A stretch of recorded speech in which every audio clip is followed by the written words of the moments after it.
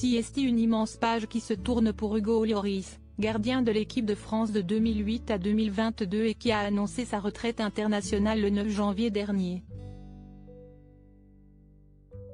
Il arrive un moment où il faut savoir passer la main.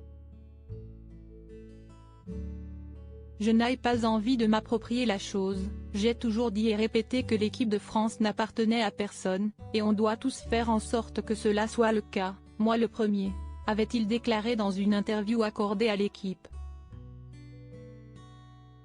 Forcément une bonne nouvelle pour ses proches, à commencer par sa femme Marine et ses enfants, qui vont pouvoir profiter du gardien de but de 36 ans plus souvent.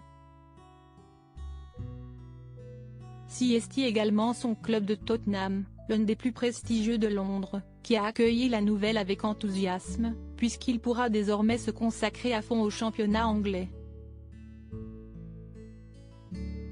Le 15 janvier dernier, Hugo Lloris avait justement l'occasion de montrer à ses dirigeants et aux supporters de son club qu'il est toujours un grand gardien.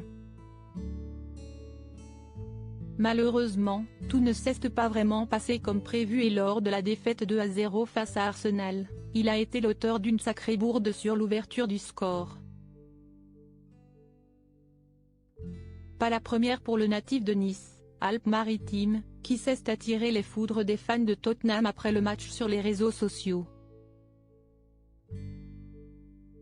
Je ne peux plus défendre Lloris, il est le plus gros boulet de Première Ligue, souligne un anonyme sur Twitter, réclamant vite son remplaçant. Combien de fois, sérieusement combien de fois, désespère une autre. Il fait tellement d'erreurs, ça en devient comique. Attaqué de toutes parts, Hugo Lloris ne peut pas vraiment compter sur le soutien des supporters de son club dans cette période compliquée. Il fait tellement d'erreurs, ça en devient comique, s'insurge un journaliste anglais, tandis qu'un dernier se montre légèrement moins violent à son égard. Hugo Lloris, tu as été un super gardien ces dernières années, mais ces 2 dernières saisons, tu as été absolument honteux. Il est temps de partir.